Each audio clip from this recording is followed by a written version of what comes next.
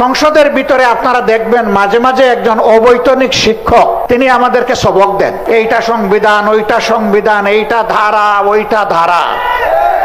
আমি জিজ্ঞেস করতে চাই, সংবিধান এবং কার্যপ্রণালী বিধির কোথায় আছে?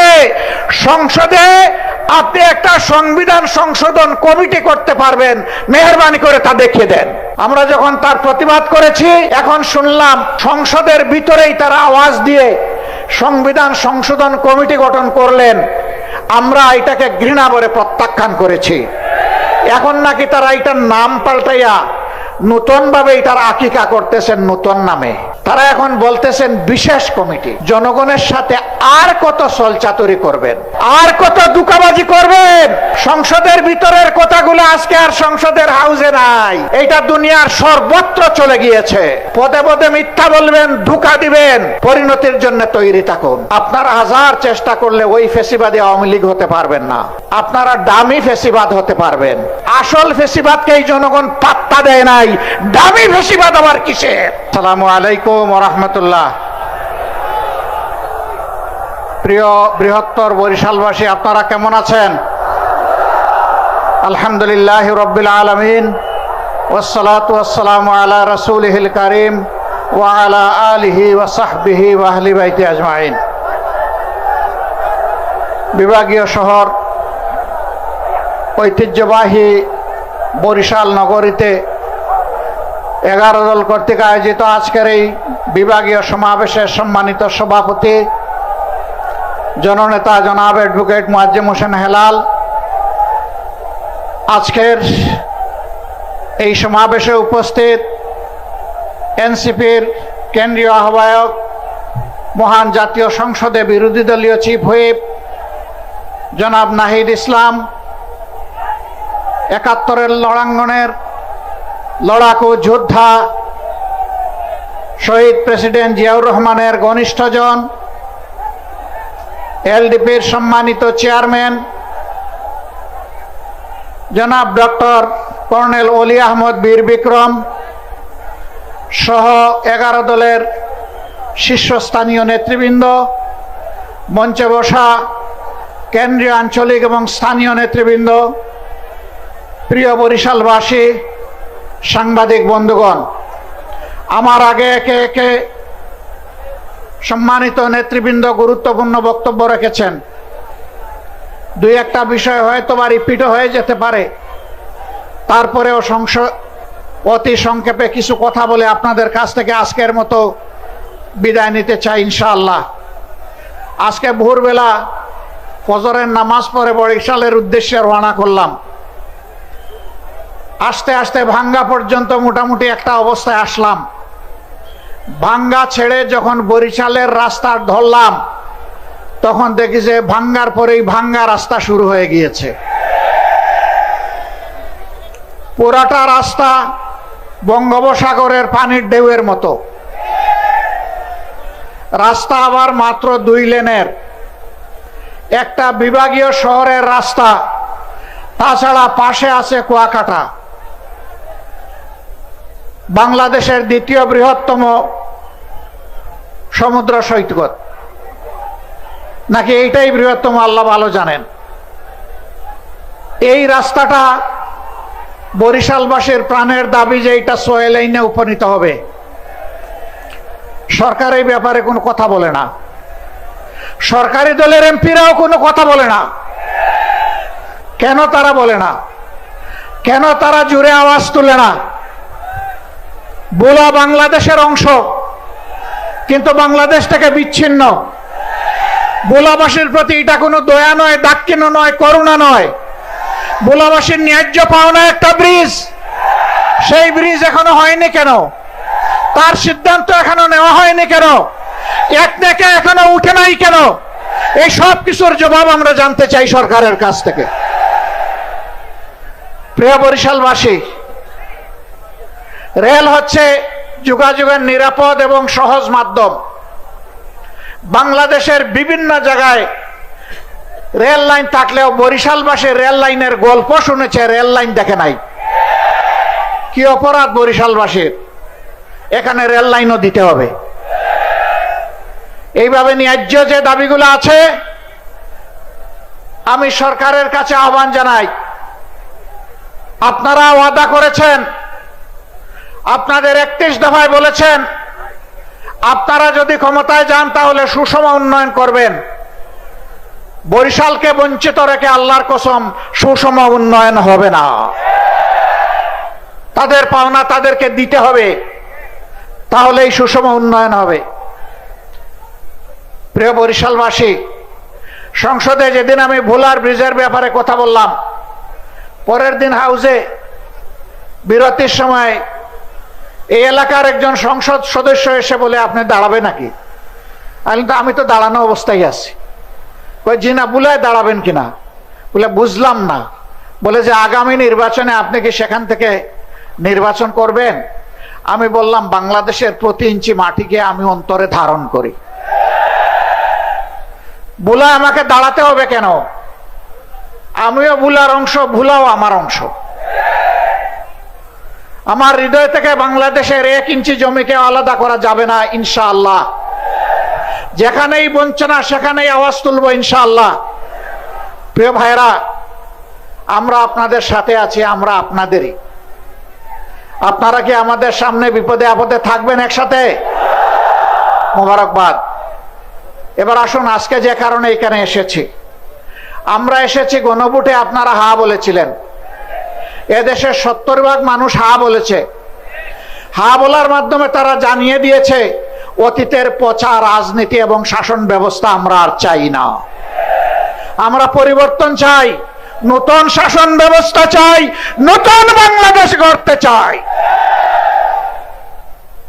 আফসোস, বর্তমান সরকারি দল তারা বলেছিলেন অধিকাংশ জনগণ যদি গণভোটে হায়ের পক্ষে রায় দেয় তাহলে আমরা গণভোটের প্রত্যেকটি দাবি অক্ষরে অক্ষরে বাস্তবায়ন করব।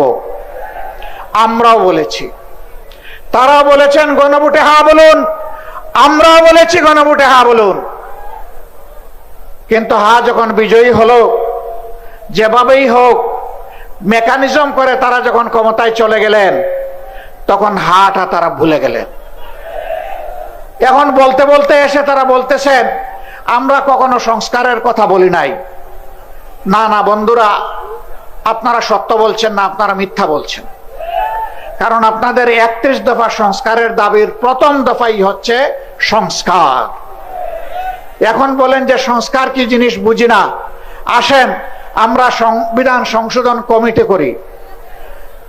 আমাদের সংসদের ভিতরে আপনারা দেখবেন মাঝে মাঝে একজন অবৈতনিক শিক্ষক তিনি আমাদেরকে সবক দেন, এইটা সংবিধান, ওইটা সংবিধান, এইটা ধারা, ওইটা ধারা। আমি জিজ্ঞেস করতে চাই, সংবিধান এবং কার্যপ্রণালী বিধির কোথায় আছে? সংসদে আপনি একটা সংবিধান সংশোধন কমিটি করতে পারবেন, মেহেরবানি করে তা দেখিয়ে দেন। আমরা যখন তার প্রতিবাদ করেছি, এখন শুনলাম সংসদের ভিতরেই তারা আওয়াজ দিয়ে সংবিধান সংশোধন কমিটি গঠন করলেন। আমরা এটাকে ঘৃণা করে প্রত্যাখ্যান করেছি। এখন নাকি তারা এটার নাম পাল্টাইয়া নতুন ভাবে এটার আকিকা করতেছেন নতুন নামে। তারা এখন বলতেছেন বিশেষ কমিটি। জনগণের সাথে আর কত ছলচাতুরি করবেন, আর কত দুকাবাজি করবেন? সংসদের ভিতরের কথাগুলো আজকে আর সংসদের হাউসে নাই, এটা দুনিয়ার সর্বত্র চলে গিয়েছে। পদে পদে মিথ্যা বলবেন, ধোঁকা দিবেন, পরিণতির জন্য তৈরি থাকুন। 2006 সাল থেকে শুরু করে 24 সাল পর্যন্ত টানা 19টি বছর এদেশের মানুষ রক্ত দিয়েছে, জীবন দিয়েছে, আয়নাগরের সঙ্গী হয়েছে। লক্ষ লক্ষ মামলা মাথায় নিয়ে জেলে গিয়েছে, সন্তান হারিয়েছে, স্বামী হারিয়েছে, এমনকি স্ত্রীও হারিয়েছে। কিন্তু মানুষ ফ্যাসিবাদের কাছে মাথা নত করে নাই। সেই ফ্যাসিবাদকে বাংলাদেশ থেকে তুড়ি মেরে তাড়িয়ে দিয়েছে। আপনার হাজার চেষ্টা করলে ওই ফ্যাসিবাদী আওয়ামী লীগ হতে পারবেন না। আপনারা ডামি ফেসিবাদ হতে পারবেন। আসল ফেসিবাদকে এই জনগণ পাত্তা দেয় নাই, ডামি ফেসিবাদ আবার কিসের?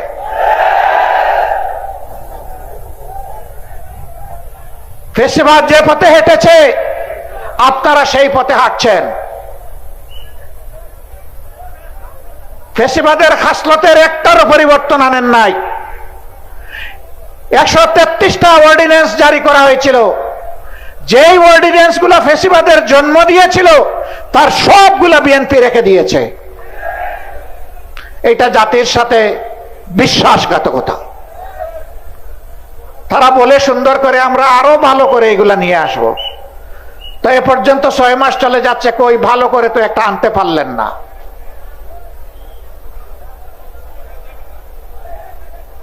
আমরা বুঝতে পারছি জনগণকে ধোঁকা দেওয়ার জন্য আরেকটা অপকৌশলের আশ্রয় তারা নিতে পারেন। তাদের মন মতো একতরফা ওই অবৈধ কমিটিতে আলাপ আলোচনা করে, সংবিধান সংশোধন কমিটি বলে কোনো কমিটি নাই, এটা অবৈধ যদি গঠন করা হয়ে থাকে, ওখানে আলাপ আলোচনা করে তাদের মন মতো কিছু জিনিস স্বৈর শাসনকে পাকাপোক্ত করার জন্য তারা হয়তো নিয়ে আসবে, 2/3 জুড়ে হয়তো পাশও করবে। তারপরে বলবে আগে তো সংবিধানে গণভোট ছিল না, এখন 15 সংশোধনী বাতিলের মাধ্যমে এটা ফিরে এসেছে, আমরা এখন এই বিষয়গুলোই এখন গণভোটে দেব। এরকম কোন ভাওতাবাজি যদি করা হয়, অগ্রিম বলে রাখছি এই জাতি আপনাদেরকে ছেড়ে কথা বলবে না। সাবধান, ধোঁকার পথে পা বাড়াবেন না। আমাদের সাফ কথা, যে গণভোটে জনগণ 70 ভাগ রায় দিয়েছে, সেই একই দিনের ভোটে আপনারা সরকার বলে এখন দাবি করছেন, ওই গণভোট না থাকলে এই সরকারও মানা হবে না। ওই গণভোট যদি ব্যর্থ হয়, সরকারকেও ব্যর্থ করে দেওয়া হবে। ওই গণভোট মানতে আপনাদেরকে এই জনগণ বাধ্য করবে ইনশাআল্লাহ। আপনারা 91 সালের পরে ক্ষমতায় এসে বুঝেন নাই কাকে কেয়ারটেকার সরকার বলে, শেষ পর্যন্ত বুঝেছেন ঠিকই। আমরা বলবো জাতির ক্ষতি করে বুঝবেন না, এখনই বুঝুন। আমরা রাজপথে এইভাবে থাকতে চাই না, আমরা সবাই মিলে দেশ গড়ার কাজে অংশগ্রহণ করতে চাই। কিন্তু আপনারা যেভাবে ধাক্কায় ধাক্কায় আমাদেরকে রাজপথের দিকে দিচ্ছেন, রাজপথ জ্বলে উঠলে সেই আগুনের অনেক কিছু পুড়ে ছারখার হয়ে যাবে। 24-এর একটা চমৎকার স্লোগান ছিল আমাদের সন্তানদের, লেগেছে রে লেগেছে, রক্তে আগুন লেগেছে, রক্তে আগুন ধরাবেন না। এই প্রজন্মের আর পরীক্ষা নেবেন না, এরা পরীক্ষিত, এরা বিজয়ী, এরা বীর। এই জুলাইকেও ধামা চাপা দেওয়ার জন্য কত কসরত, এইটা ওইটা। 71 সাল অবশ্যই এটি আমাদের গর্বের, এটি আমাদের ইতিহাসের সোনালী অংশ। 24 টানতে গিয়ে 71 টানতে হবে কেন? 71 থাকবে 71-এর মর্যাদায়, 24 থাকবে তার মর্যাদায়। এই 24 আমরা হারিয়ে যেতে দেব না ইনশাআল্লাহ। 24-এর বীরদেরকে যথাযথ রাষ্ট্রীয় সম্মানে সম্মানিত করতে হবে, সে শহীদ হোক আর গাজী হোক। 24 নিয়ে কোনো অবহেলাই জাতি বরদাস্ত করবে না। 24-এর ঐতিহ্য নিয়ে গড়ে ওঠা জুলাই স্মৃতি জাদুঘর, এইটাও ভুলিয়ে দেওয়ার চেষ্টা করা হচ্ছিল আপনাদের দাবি এবং সংসদে বিরোধী দলের দাবির কারণে। ওয়াদা করা হয়েছে আগামী 5 তারিখ খুলে দেয়া হবে। আমরা কিন্তু এটা আগেই ভিজিট করে এসেছি। সেই ভিজিটে নাহিদ ইসলামও ছিলেন, আমিও ছিলাম, আর ওই সংসদের অবৈতনিক শিক্ষকও ছিলেন। আমরা যদি এবার গিয়ে দেখি এর মধ্যে কোনো পরিবর্তন আনা হয়েছে, আমরা আবার গর্জন করব, আমরা চুপ থাকবো না, তার প্রতিবাদ করব। যদি কোনো ঐতিহ্য গায়েব করা হয়ে থাকে, 16 আনা তাদের কাছ থেকে আমরা তা আদায় করে ছাড়বো ইনশাআল্লাহ। সম্মানিত ভাইরা, আমাদের সাফ কথা, গণভোটের গণরায় মানতেই হবে। যারা জনগণের ভোট মানে না, এরা গণতন্ত্র মানে না, এরা গণতন্ত্রের শত্রু। আমরা চাই না এই সরকারকে আমরা গণতন্ত্রের শত্রু বলি। দেরিতে হলেও আমরা অনুরোধ করব, ফিরে আসুন, ফিরে আসুন। জনগণের রায়ের প্রতি আপনারা সম্মান প্রদর্শন করুন। বিরোধী দলের আসনগুলোতে বৈষম্য করা হচ্ছে। বৈষম্যের জন্য জুলাই হয়নি, বৈষম্যের কবর রচনা করার জন্য জুলাই হয়েছিল। সংসদে আমরা তার প্রতিবাদ করেছি। এই বৈষম্য আমরা মেনে নেব না, তার বিরুদ্ধে আমরা জ্বলে উঠবো ইনশাআল্লাহ। সময় থাকতে সাবধান হয়ে যান, সংশোধন হয়ে যান, মানুষের ম্যান্ডেটের প্রতি সম্মান প্রদর্শন করুন। দ্রব্যমূল্যের জাতাকলে জনগণ পিষ্ট। গ্যাসের দাম বাড়ানো হয়েছে, তেলের দাম বাড়ানো হয়েছে, বিদ্যুতের দাম বাড়ানো হয়েছে। এক একটা পরিবারের উপর ৫-৭ হাজার টাকার ট্যাক্স বাড়িয়ে দেওয়া হয়েছে। আপনি ফ্যামিলি কার্ড দিয়ে কিভাবে পুষাবেন? এইটা ফ্যামিলি কার্ডে দিবেন ২৫০০, দাম বাড়িয়েছেন ৫০০০।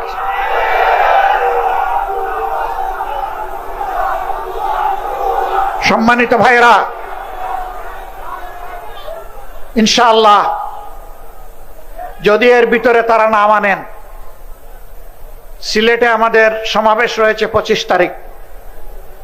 আমরা আশা করব এর ভিতরে তাদের শুভবুদ্ধির উদয় হবে। তারা ঘোষণা দিবেন যে হ্যাঁ, আমরা গণভোট মেনে নিলাম। যদি মেনে না নেন, তাহলে ঢাকার মহাসমাবেশের জন্য আপনারা প্রস্তুত থাকুন। হাতে চিড়ামুড়ি নিয়ে আপনারা রওনা করতে পারবেন তো ইনশাআল্লাহ? আমরা কোনো বিরানি দিতে পারবো না। আমরা ইনশাআল্লাহ যদি কিছুই না থাকে রোজা রাখবো, আর না হয় একটুখানি চিড়া আর সামান্য একটু গুড় নিয়ে আমরা রওনা করবো ইনশাআল্লাহ। এর শক্তি অ্যাটম বোমার চাইতেও শক্তিশালী। আপনারা রাজি, তৈরি, প্রস্তুত? যে কোনো মূল্যে নিজের অধিকার আদায়ের জন্য লড়বেন ইনশাআল্লাহ। লড়াইয়ের পিছন ভাগে নয়, এই নেতৃবৃন্দ সবাই অগ্রভাগে থাকবেন ইনশাআল্লাহ। আল্লাহ হাফিজ। বাংলাদেশ জিন্দাবাদ। 11 দলীয় ঐক্য জিন্দাবাদ। ফ্যাসিবাদ নিপাত যাক। আসসালামু আলাইকুম ওয়া রাহমাতুল্লাহ। সংগ্রামী বরিশালবাসী, বরিশাল বিভাগের জেলা কিছু সাংবাদিক, আমি আপনাদেরকে সরাসরি বলছি না, কিছু সাংবাদিক কিছু নিউজ পরিবেশন করছে। স্বাধীন সংবাদ পরিবেশনের অন্তরালে এই কাজগুলো করা হচ্ছে। আমি আবার বলছি, যে কথা আমি বলবো তার আগে আমি আপনাদের বলছি যে আপনাদেরকে নাম বলবো কিছু সাংবাদিক, ওনারা যেভাবে এই নিউজগুলো পরিবেশন করছে, এটা মানে এটা আমি বলবো এটা একটা অপসাংবাদিকতা। আমি আশা করব যে যারা এইসব করছে তাদের বিরত থাকার জন্য, কারণ আমরা বিএনপি সরকার, আমরা সংগত স্বাধীনতায় বিশ্বাসী। সম্প্রতি একটি আন্দোলন শেষ হয়েছে, এটা আমি বলবো এই আন্দোলনে প্রকৃত ছাত্র যদি 15 জন নেমে থাকে, এর মধ্যে আপনার ওই যে বলেছি যে অপসাংবাদিকতা, কিছু মোবাইল সাংবাদিক বলেই বললাম, কিছু মোবাইল সাংবাদিক। আমি আমাদের কিছু সাংবাদিক ভাইদের সবসময় খোঁজ নিয়েছি। উত্তরা, সায়েন্স ল্যাবের মোড়, সচিবালয়ের সামনে সবসময় খোঁজ রেখেছি কোথায় কি হচ্ছে। আমি খুব সম্ভব বিজ্ঞান বিজ্ঞান মুন্নাকে জিজ্ঞেস করেছিলাম যে উত্তরা এই মুহূর্তে কি অবস্থা। তখন বললো ভাই তারা এখানে আন্দোলন করবে, কিছু সাংবাদিকদের কিছু ছেলেমেয়ে দেখছি। আমি এরা কি ছাত্র? তখন বলছে হ্যাঁ, আইডি কার্ড দেখে হচ্ছে ছাত্র। সংখ্যা কত হবে? 15 জন। আচ্ছা ঠিক আছে, ওকে বললো আমার বিশ্বাস হচ্ছে না, কারণ আজকে তো হওয়ার কথা না, তুমি ছবি দাও আমাকে। ও যখন ছবি দিল, ছবিতে দেখা যাচ্ছে যে 15 জন না, প্রকৃত ওখানে